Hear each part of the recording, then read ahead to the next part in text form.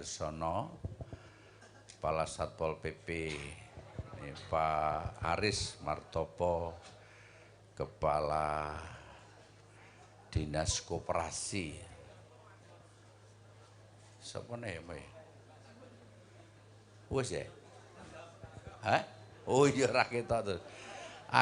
Mas Agam, ini Kepala Dinas Pemberdayaan Perempuan, Perlindungan Anak, Pengendalian Penduduk dan Keluarga Berencana. Di matur nuwun Pak Ketua RW, Pak Ketua RT, Sepuh Bini Sepuh. Oh Pak Warso ya, Pak Warso ini Ketua Golkar Kecamatan Jaten. Ya, gitu. Aja lali nyoblos ya. Nah, matur nuwun. Mas Yoyo, matur nuwun sekalian Ibu. Sedaya warga ageng Desa Jaten.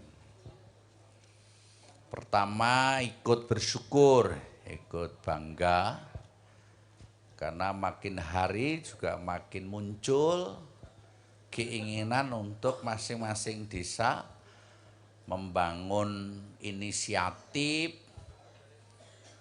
kreativitas, karena kebetulan Mas Yoyo juga ada di Desa Jaten, beliau juga dosen, ilmu-ilmunya perlu terus disosialisasikan agar generasi kita juga mulai senang kepada wayang lagi. Karena kalau budaya wayang ini wis ora eneng wong nanggap, ora eneng wong seneng, perekat nilai-nilai budaya itu mulai lemah. Kalau lemah itu kumpul saja masyarakat sulit, itu bagaimana mau kompak dan ingin maju. Nah, mudah-mudahan kampung wayang ini terus dijaga dengan baik. Tapi sehebat apapun organisasimu, Pak Lurah, SK-mu, nek rene duitnya ya ambiar. Ambiar ya, sebagai hadiah kampung wayang, nanti organisasinya tak bantu 50 juta nggo nguri-uri wayang ya. Supaya berjalan dengan baik, disosialisasikan yang baik, supaya generasi muncul kesadaran seneng. Karena nadi ruh ya, jiwane awake dhewe iki ora iso dihapusi, janjane memang wayang. Gamelannya nek ditabuh itu serasa hidup, nyangati itu gembregah, urip lah. Gitu. Ini matur nuwun, monggo nanti Pak Kades ya di toto yang baik. Di lingkungan ini juga banyak yang bolong-bolong dalane sudah saya cek masing-masing RW. Kotak dandanane ben alus kabeh ya. Gitu loh. Termasuk sing lor rukumu ngetan tekan sawahan dienggo Carefree Day kuwi ya. Carefree Day apa mlumpuk-mlumpuk mergo diamuk bojone aku ya ora mudeng ya. Nggo mlaku-mlaku tekan sanggar madangkarane Mas Yoyo ya. Coba ditoto dikepras kanan kirine diambake ben nggo mlaku itu padut. Kira-kira 150 juta kalau wis rampung ya. Kita bantu 150 juta. Di perubahan ini di beberapa hari ini alhamdulillah aku duit ya, nanti ditata yang baik supaya kampung wayang Desa Jaten ya kudune men taun wayangan. Kudu wayangan itu wajib.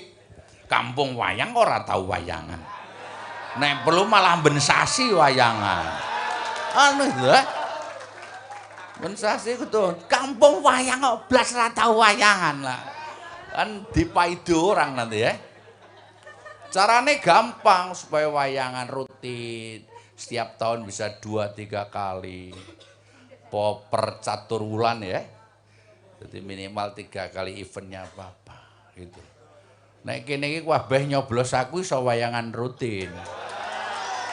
Sederhana, sama-sama berjuang. Penak toh? Iki seragammu ya tak kei khusus tenang wae. Ya, Mesti engko yoyo WA aku dhewe. Itu ya. Supaya wayangan terus dijaga dengan baik.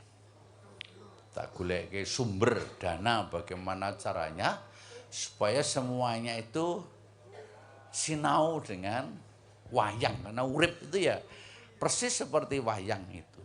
Jadi harus laras, seimbang, ada guyonannya, ada tuntunannya. Nah urip itu ya harus seimbang, ora usah sepaneng-sepaneng wong. Awake dhewe bakal mati kok. Maka harus diselaraskan agar kebudayaan itu perekat keunggulan kita dengan bangsa-bangsa lain itu hanya kebudayaan yang luar biasa. Maka Bung Karno selalu memesankan pada kita berkepribadian dalam kebudayaan, berdaulat di bidang politik dan berdaulat di bidang politik, mandiri, berdikari dalam bidang ekonomi. Itu bagaimanapun sampai kapanpun akan menjadi cekelane awake dhewe kan budaya. Bangsa lain tidak punya budaya sedahsyat Indonesia, maka gampang pecah. Indonesia itu negara paling luar biasa di antara negara-negara lain, negara kesatuan Republik Indonesia. Falsafah kehidupan berbangsa itu menggunakan Pancasila, itu paringane Gusti Allah betul. Tapi setiap pemilu dengan multi partai di negara kesatuan rata weneng gegeran. Tidak boleh multi partai di negara kesatuan itu harusnya parlementer. Itu baru bisa multi partai. Terus partainya banyak. Pemilu yang dianggap menakutkan, membelah, pecah kabeh, tidak mungkin. Karena awake cinta kepada negaranya dengan sangat baik. Dan itu sedang dipelajari oleh negara-negara lain betapa luar biasanya budaya bangsa kita.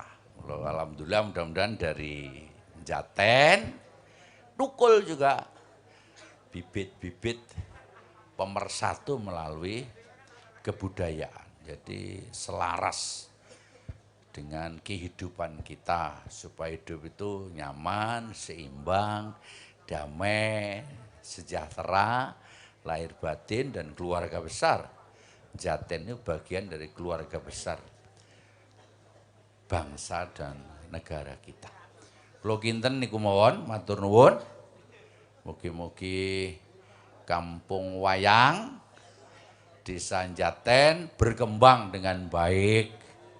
Kegiatan-kegiatannya nanti bisa diskusikan oleh Sanggar Madangkara menyatu dengan semua tokoh-tokoh yang ada supaya semua yang tadi dikukuhkan ya sregep. Sing penting betah melek. Seneng melek bengi karena iki dilantik jam 00 ki lagi Jaten iki. Aku meh 10 tahun nyambut gawe ngelantik ya lagi bengi iki jam 00 ya. Nah, mudah-mudahan berkah ya. Cara agama yang saya yakini angger bar lingsir wengi jam 12. Ini malaikat wis mulai mudhun kabeh. Ngedum rezeki kabeh. Semua diberikan mudah oleh kemahakuasaan Tuhan yang tidak pilih-pilih umatnya sepanjang bagus, mempersatukan, guyup, rukun. Pemilu kan soal tata negara, soal pilihan bangsa. Itu menyelesaikan problem kepemimpinan setiap 5 tahun. Siapa yang jadi presiden nanti dipilih Gusti Allah. Caranya hanya lewat nyoblos. Itu sudah pilihan Tuhan. Nah, mudah-mudahan setiap 5 tahunan terkoreksi oleh generasi berikutnya sehingga kita yakin dan optimis bangsa kita akan menjadi bangsa besar dan maju. Wong lagi 78 tahun. Bayangke ideal, hebat itu ya pasti perlu proses perlu perjuangan yang luar biasa. Tapi mudah-mudahan generasi anak-anak turun kita semuanya nanti menikmati kemakmuran, kesejahteraan bangsa dan negara kita. Bobili ngaten sepindah malih matur nuwun mugi-mugi anggenipun wungon menutup seluruh rangkaian kegiatan ulang tahun kemerdekaan ke-78 Desa Njaten, desa yang sejahtera dengan Pok Darwis Kampung Wayang yang hebat pada malam hari ini. Matur nuwun wonten kirangipun nyuwun pangapunten. Assalamualaikum warahmatullahi wabarakatuh. Ya. Muga-muga lancar. Timbang aku mudune mbok kon nyanyi wirawiri. Nah. Nyanyi, Pak. Iya, iya nang kene. Pak Yoyo nyiles dhewe ya. Nah. Pun bebas, Pak. Iya. Pak Bupati. Apa ya? Biasanya apa ya? Caping gunung. Nggih. Oh iya, caping. Biasane yagane bis kape kuning, Pak nggih. Aku tak ganti abang tenang wae. Ya, ora masalah. Nggih. Lan kula kemutan sekedhik badhe matur Pak Bupati. Nalika rampung UNESCO menetapkan sebagai wayang sebagai warisan budaya tak benda dunia, yang pertama bersama ISI Surakarta merintis agar Bapak Presiden menetapkan Hari Wayang, salah satunya adalah Kabupaten Karanganyar. Dan setelah 2018 Bapak Presiden menetapkan 7 November sebagai Hari Wayang, yang pertama syukuran Hari Wayang adalah Kabupaten Karanganyar. Wih, mergo suratku ben kok. Iya, saya bikin surat sama almarhum Pak Mantep. Dipilihlah tanggal 7 karena tanggal 7 itu peristiwa Pak Mantep waktu mayang di UNESCO. Dan alhamdulillah sekarang dibikin Hari Wayang Nasional. Akhirnya semuanya bergerak dan setiap tanggal 7 November Karanganyar wayangan. Mangke menawi jenengan sampun mboten ngasta Bupati 7 November pripun, Pak? Wayangan terus. Sudah saya titipkan pesen-pesen itu bab iki aja sampai dilongi. Harus diuri-uri. Wayang ini ora sing nanggap pemerintahi perorangan susah. Leres. Kalau negara yang membiayai, karena negara punya tanggung jawab memelihara karya bangsa kita melalui kebudayaan termasuk wayang. Siap. Niku sampai sesuk tanggal 7 November. Sampean karo Mas Kangko karo Mas Purbo wingi sudah saya siapkan tanggal 7 November. Matur nuwun. Sesuk itu hari jadi kan atau sesuk? Hah? Oh 106. Sindene yo 106. Presiden 106 rupiah maksudnya. Neng nggih kula nyuwun sewu Pak Bupati, senajan to kula nggih mewakili kaum wanita, kula badhe matur Pak. Kan wau sing ngendikan kan kaum pria. Niki wau kan jenengan nembe mawon ngendikan lho Pak Bupati. Wayang itu kalau tidak didukung oleh pemerintah, kuwi sing nanggap masyarakat biasa kuwi sing urip masyarakat biasa angel Pak. Jenengan ngendikan ngoten to nembe mawon lho. Nah, niki gandeng dalu niki dilantik panitia napa niku Kampung Wayang. Dilalah Pak nyuwun sewu. Kok kula ketiban dadi bendahara, Pak? Mengko kula nggih rakyat biasa niku, Pak. Bendahara. Mengko lek enten lho bendaharane Kampung Wayang niku sing 50 juta mau kan termasuk kowe. Oh, ngoten Pak Bupati. Bendahara. Alhamdulillah, berarti kan kula mboten kudu tombok dhewe ngoten to, Pak? Lah ora. Dalu niki kula soalé tombok kuatah lho, Pak. Malah aku ngelekke Bu Kesi aja kok silih sik, aja ngomong silih sik ora duwe bendahara silih ora. Nanti alhamdulillah. Kampung Wayang kita bantu gitu loh. Nah, nanti bisi-bisi Madangkara itu sebagai apa namanya? Sanggar ya kita bantu ben seragame gonta-ganti. Itu loh. Audite negara karek jereng nggo apa. Nah, gitu loh. Nah, termasuk dalan sing ngarepe sampean kuwi. Iki kok sasi-sasi ngarep iki. Iki sasine apa to? September, Oktober. Lah kuwi ora nganti November wis alus dalane. Iso nganggo sepatu roda ngalor ngidul ngalor ngidul. Luar biasa. Nggih. Nggih. Monggo. Saben bengi Jengklengke ya. nyawang gunang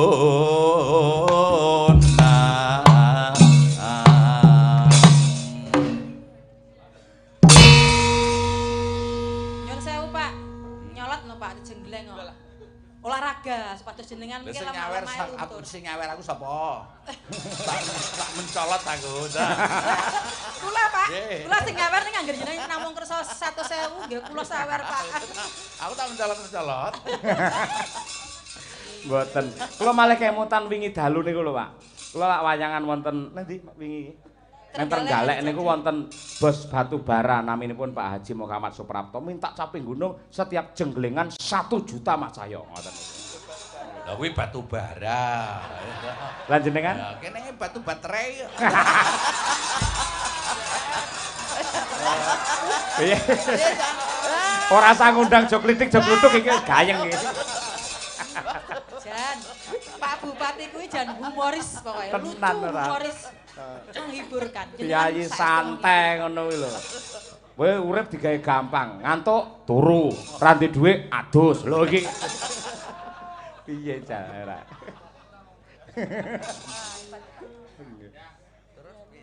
Yen memajang mung karo Siap. janur kuning.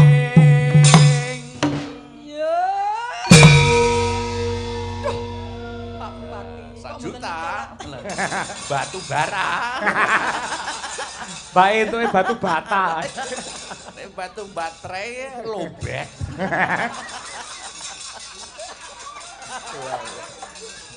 Lah ya pancen yen Pak Bupati sing nembang sing jenggleng kanca-kanca dasare pengrawite sik nom-nom, gamelane ya cemengkling, sone ya kepenak. Mung emane bis kape wis letek. Suwek. Tenang.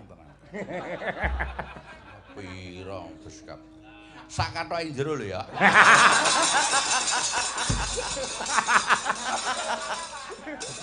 Kathok kostum bal-balan iki lho. Nggih Pak, niki kan namine rombongan kula niku Madangkara. Ya. Dadi mengke kathok jerone nggih disablon Madangkara Iya, ngoten iya. Pak. Ben terus jenenge dhewe-dhewe niki sing mbonang jenenge Dewi Puji, nika jenenge Pak Bos, niki Taslim. Dadi mengke per kathok dalam niku nggih di logone namine Yoga. Kula nyuwun mangke yagane niku kathok daleme direndo, Pak.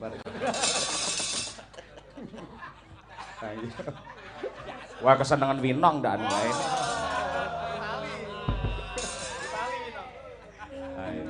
Kembang wae weton gunung.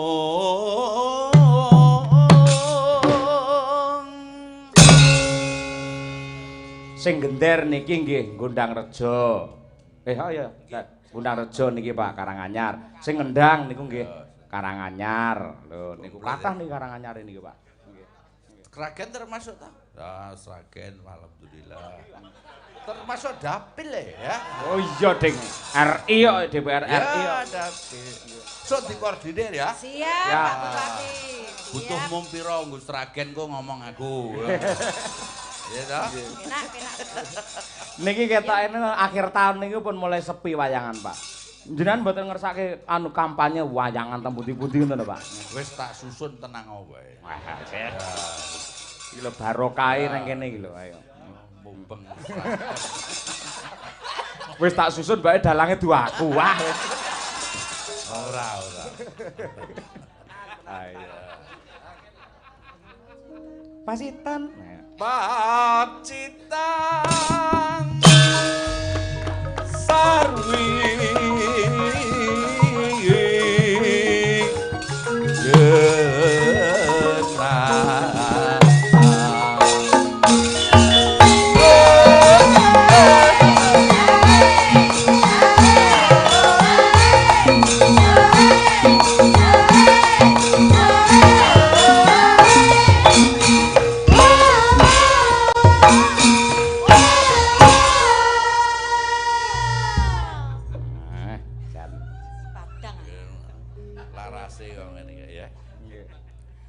blas ra kelingan utang bapak. Sesuk mumet neh. Aduh, ini ngalami sedaya, Pak. Pancen kumpul kanca-kanca ngeten iki lali utang saestu, Pak. Seneng mawon. Iya, urip kan kudu seneng terus. Nggih. Ora entuk susah. Sing utang-utang kowe dhewe kok susah-susah. Lucu. Ha iya. Kok sing ngutangi santai. Mboten lho Pak, jenengan kok king pundi to Pak wis kok. Aku wis 5 gon iki mau. Oh alah. Wayangan kabeh. Nggih. Suruh kalong. Kalang nggih. Kalong. Oh, kalong. Pandean kok. Nggih. Terus nglajer kali wuluh. Bar niki teng pundi mele, Pak? Bar iki neng hik gitu lho. Bablas. Lho, kayak Sanggar Pendopo, Sanggar Madangkara ndemeni sing ngresmekne ya Pak Yuli. Studio Madangkara sing ning Celep biyen sing ngresmekke ya Pak Yuli. Ning pinggir sawah mongko ora nek kursine Pak Yuli landen-landen ning apa jenenge bambu mongko wis garing kae. Ayo. Nganti geblak piye Pak, Pak Awedi. Ngamuke ge akeh ora. Panas udan.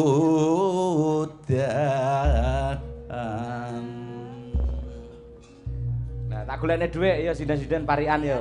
Ayo. Yo nyambut gawe ora healing iki, ayo. Nyanyi. Ayo. Tuku brambang Karo terasi. Kampung wayang. Semoga sukses dan mengedukasi.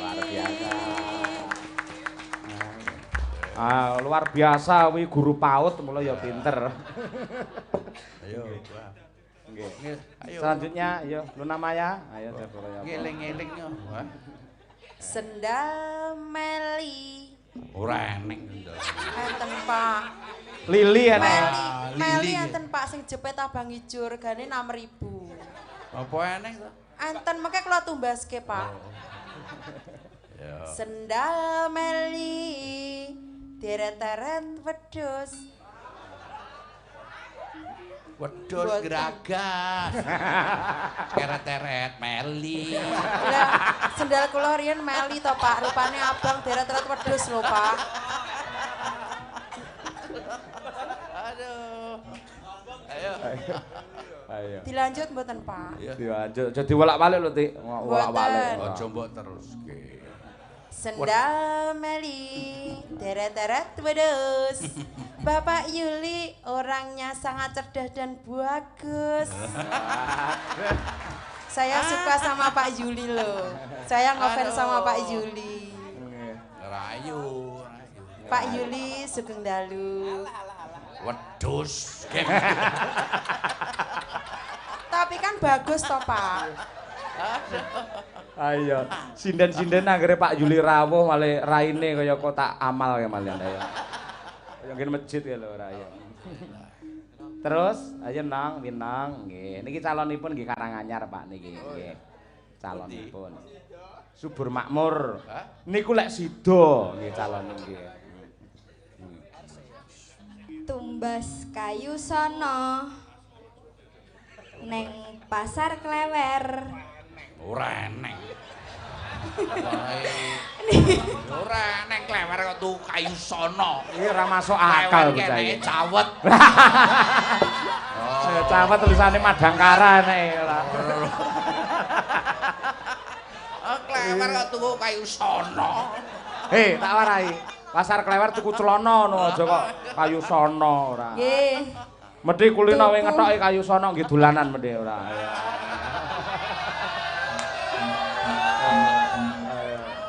Mesti kok nggih kaya Mimin kaya medhi. Ha ta, nang winang nggih Min. Ngene to. Ayo, baleni nang. Tuku celana neng pasar Klewer. Pak Yuliat mono napa mboten pengen nyawer? Kowe gelem disawer ngangge kayu sono. Pas pasar klewer. Ah, iki. Adoh banget. Terus ora sida nyawer. Mumet. Aduh. Elok, selanjutnya. Yo. Iki saka ndi, Duk, sampean? Kula saking Jumantono Karanganyar, Pak. Jumantono, nggih. Wis genah nyoblos. Nggih. Nggih. Terus Keceh neng kali karo mara tuwa. Bah nyapo karo mara tuwa barang iki lho. Gawat cah iki. parian kok ora sopan ngono. Wong mertua kok dijak kecek. Kuwi mantu koclok kuwi. Piye kok ora nalar kabeh gawe parikan. Iki karo maratuwa ke mau kayu sono. Ah wis. Ayo. Pak Yuli mugi panjang yuswa. Allahumma amin. Barang wis genah ngono di. Barang wis genah napa panjang yuswa kok dienggo parikan. Ya liyane ngono lho. Ndang. Ya iki, ya. Iki sinden kondang krong, ayo iki. Menyang Pati. Menyang Pati. Oh iya, terus Tuku bakwan. iki ora masuk akal iki. Wong ning jatene pirang-pirang lho. Kok Pati barang. Pak Bupati. Piyayinipun aman, tentram, dermawan, terus tampan. Ayo. Rene tak bandem bakwan. Pripun Pak ngoten niku? Lha parikan pripun ngoten niku, Pak? Wis kecekele ngono lah iso. Ayo. Ya Pati kok adom. Ayo. Kudune kan Wonogiri wae ya. Oh. Wonogiri, tuku bakwan. Itu kan kono dapilku. Waduh. Pati. Iya. Iya toh? Nah. Nggih. Dapilipun dados Karanganyar, Wonogiri, Sragen. Sragen. Lah niki mumpung live streaming sing mirsani hampir 2000, syukur menawi kadang-kadang seniman mliginipun ing wewengkon dapilipun Pak Yuli, makin nyengkuyung Pak Yuli supados nasib seniman di dapilnya Pak Yuli bisa sejahtera. Loh. Amin. Aku? Pariano. Oh, Pariano. Sing larang ya sapa rene sing larang? Ayo. Rungokno, Pak. Aduh. Pak sapa maksudnya? Sampean. Wah, aku to ayo. Nyun sewu, Pak, kaget jenengan. Menyang kali. Lah. Iki arep ngejak maratuwa neh iku. Kowe mau wis neng kali. Oh iya, beda lah ten. Tuku glali. Apa glali? Bar kuwi tuku gabah. Aja lali nyoblos Pak Yuli supaya uripe berkah barokah lan bunga. Pripun Pak? Masuk mboten? Ruwet. Kok jenengan ora masuk kabeh niku pripun to, Pak? Kabeh sindenku 6 lho. Ruwet kabeh jenengan kok ruwet kabeh. Ayo to. Kowe ngerti ra Begesi? Dalem. Kenapa kok parikane sinden semene mbane iki ora enek sing masuk teng Pak Yuli? Lah iya piye? Men Pak Yuli ora nyawer ngono. Ora masuk. Ora masuk. Gak, mergo wis cair 50 juta kuwi lho. Nggih kampung wayang kuwi mau lho. Nggih. Nana. Panas sudan aling-aling. Capek gunung. Yuk.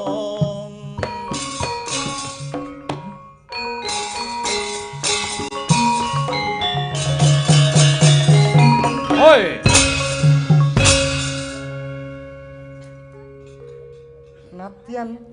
Nadyan wadon sarwi Swara suling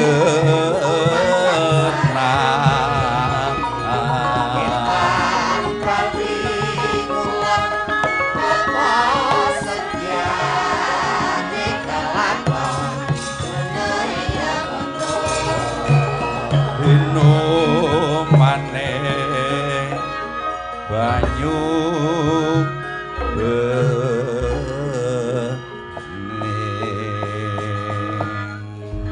luar biasa matur nuwun kok. Wah, iki sida, Pak. Ora sida ya Ah, wis. Pak Yuli pun ngoten. Nggih. Matur nuwun nggih, Pak. Matur nuwun monggo dilajengke mugi-mugi sehat sedaya nggih. Amin. Pesen kula mboten sah teng kali. Mboten sah teng klewer nggih. mboten usah pados kayu sono Pun enten dalem piyambak-piyambak mawon mugi-mugi sehat. amin Madangkara sempulur, amin laris, kampung wayang desa Jaten. Apa ya? Kampung wayang desa Jaten Gumregah. tepuk tangan luar biasa Kowe butune tok ngono kae kok. Ngono kok. engko lek bis KP anyar saged muni niku Pak Jaluk ganti ya.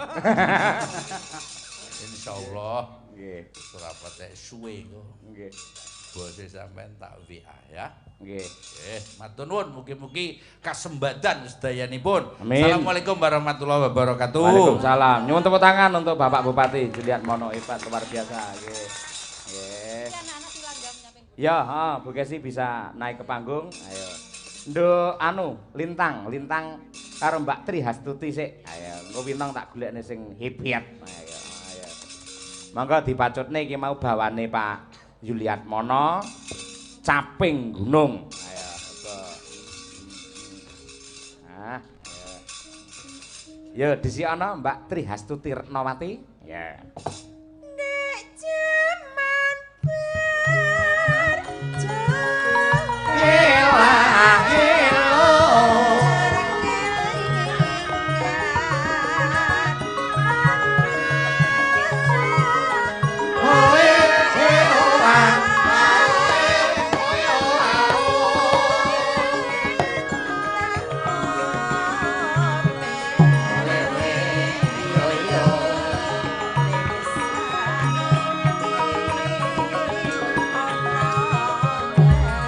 Lintang iya au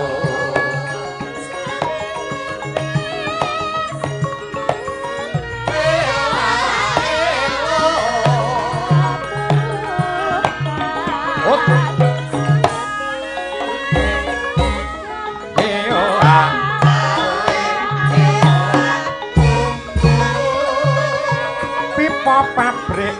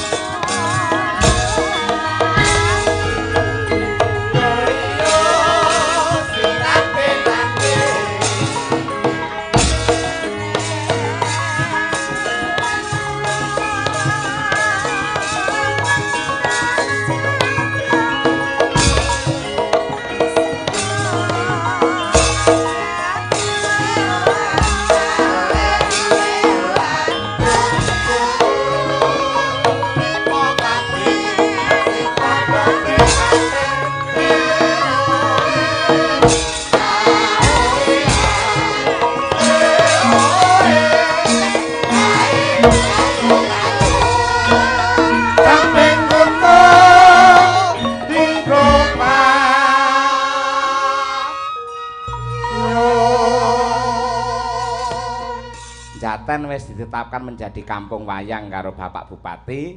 Mengko terus Pak Joko Rianto ngripta lagu ya kuwi Kampung Wayang. Wah, jos ya, luar biasa. Ben sasi wayangan ya. Top nggih. Yo, Tang. Sekar bisa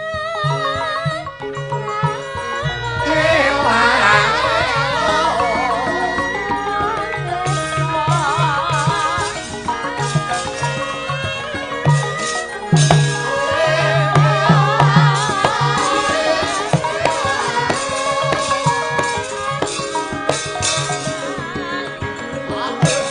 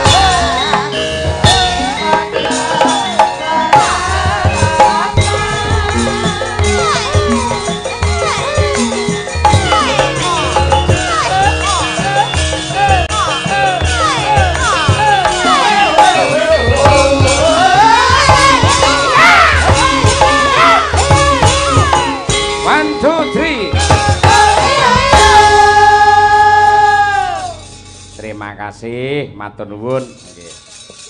Ugi kula ngaturaken panuwun ingkang tanpa pepindhan dumateng para warga masyarakat ingkang mapan wonten ing kiwa tengenipun lapangan tengah Josraya. Iya.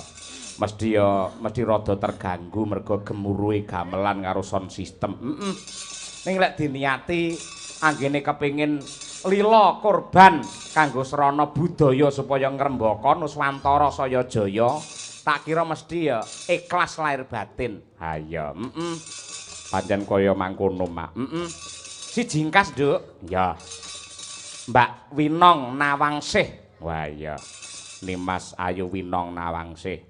Saka ngendi? Saka Pasar Klewer. Ayo nang turun gunung nang. Mudhun nang.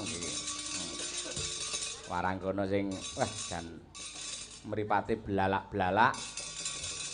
Pakulitane ya resik, dedeke ya apik, murah senyum. Ayo. Wis tampang surga lah. Ayo. Surga. Nang. Salam. Jan.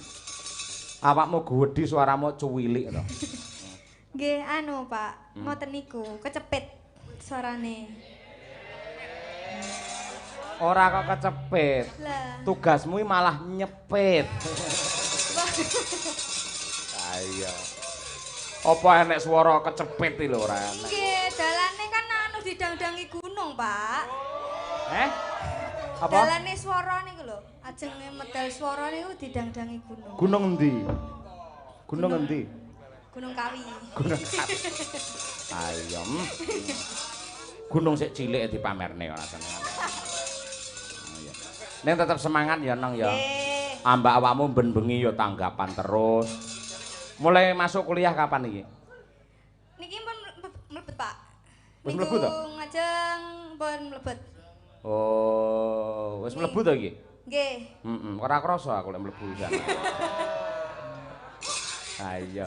Aku iki rong mlebu ning kampus gor absen wae. Mergo nggonku mlebune sik tanggal 4, so.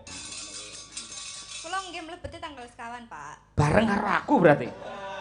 Nggih nek bareng kan anu. Apa? Epen. Kowe omong sing cetha sik aja guyu sik. Boten. Iya. Piye nyawang kampungku desaku Jaten kene piye, Nong? Alhamdulillah wargane niku Pak, guyub rukun.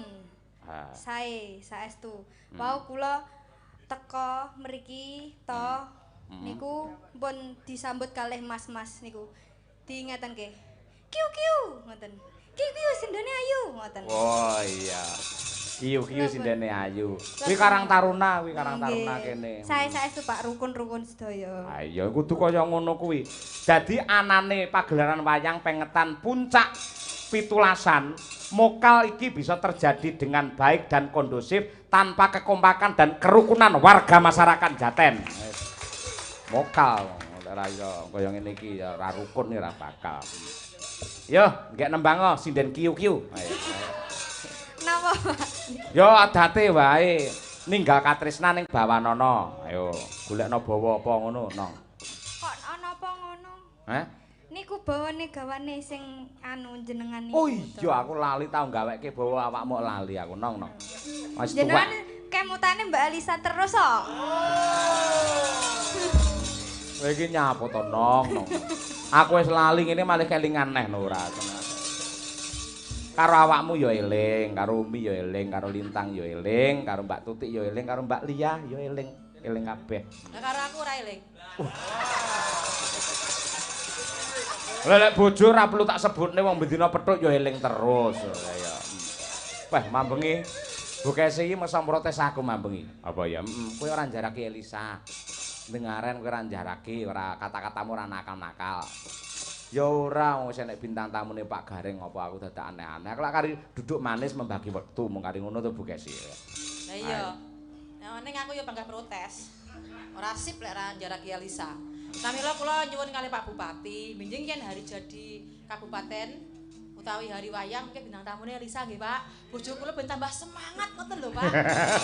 Kanggo vitamin lek bintang tamune Alisa niku ben bagus sih. Kayak griya niku pun aksesoris anyar, kabeh mesti nganggo sing anyar. cukur sik terus ditoning-toning niku lho, Pak. Wis kabeh anyar, rambutnya anyar, ning bojone ora anyar. Oh, tak kentes. Ayo kentes. Sampean ra entuk wani karo aku lho Bu Gesi. Kecuali aku imam. Imam rumah tangga, ayo to. Mesake dhewe mak gregep napa, Pak? Ayo, imam rumah tangga ning ning kepengurusan Pok Darwis, aku penasehat. Sampean bendara to. Enggak boleh berani sama penasehat. Ya.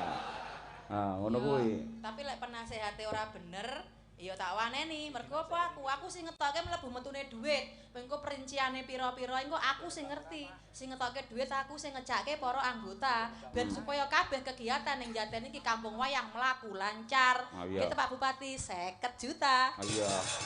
Matur nuwun, Pak. Tadungane jenengan benjing dados saestu. Dados amanah dadi pemimpin wonten ing pusat mriku nggih, Pak. Nggih. Pokoke dekengane pusat. Jas nembang mboten, Pak? Wah, nesu lho. Iki cemburu iki jawane iki, ora. Ya sayang ya Mboten Bu, kula gojek wis kono ta. Ha iya. Angger cah wedok iki anggere ngisori kuping enek andeng-andeng iki halah tenan.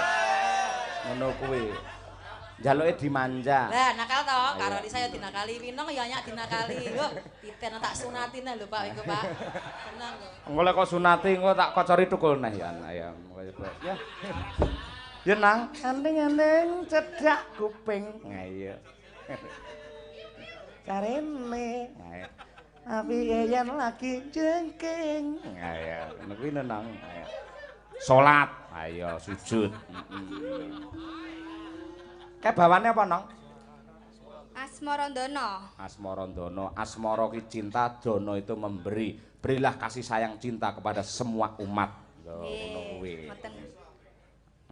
Napa, Mas? Napa Mas disiksa apik lho? Iki rusuh lho, Pak. Mas duwe lho. Ben omong mumpung sik yahene kuwi menyuruh turu deh. Ben omong sik ben. Ayo. Ben ayo. Ayo. Jaranan dangdut kreasi. Jaranan dangdut kreasi. Rineng kaindahing beksa.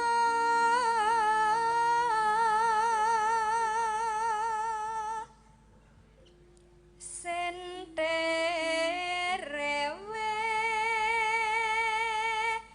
jaran pegon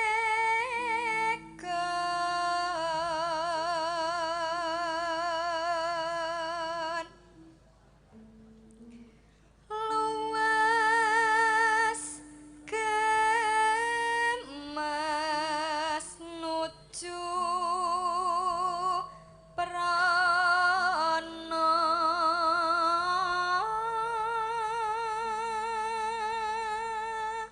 Noneno pinter gawe brangto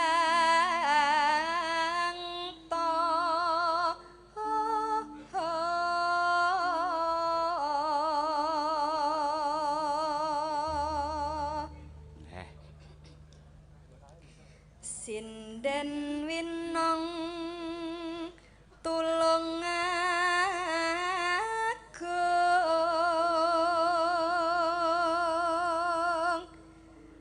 aja nganti ninggal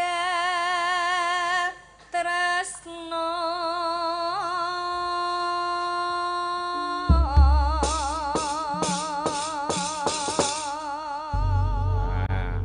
merga winong iki ciri khase iso mumbul jenenge perkara tembang ninggal katresnan sing digarap jaranan. Ya apa? Mumbul saiki dhek. Olah ning panggung-panggung wayang ngendi wae anggere winong nembang kuwi walah tenan. Apik tur ya dadi ikon. Wah ya ikon ora. Lek Umi iki anggere nembang apa wi alamate anak soleh. Walah dadi bintang tamu ning ngendi-endi perkara alamate anak soleh. Ha iya to, wingi ya nderek karo Gus Ulin Nuha nganti tekan Magelang kono ya perkara anak soleh. Iya. Mbuh ketoke lagi kesengsem bocah iki karo bahaya bocah iki ayo. Ayo. Lah kira-kira golek calon ning gantenge ra ngungkuli aku aja Om. Ayo minimal kaya Gus Idam ngono ya. Ayo. Yo Mbak Winong Nawangsih langgam sik, sing kedua jaranke. Luar biasa iki mesti. Yo. Nangis sajroning atiku.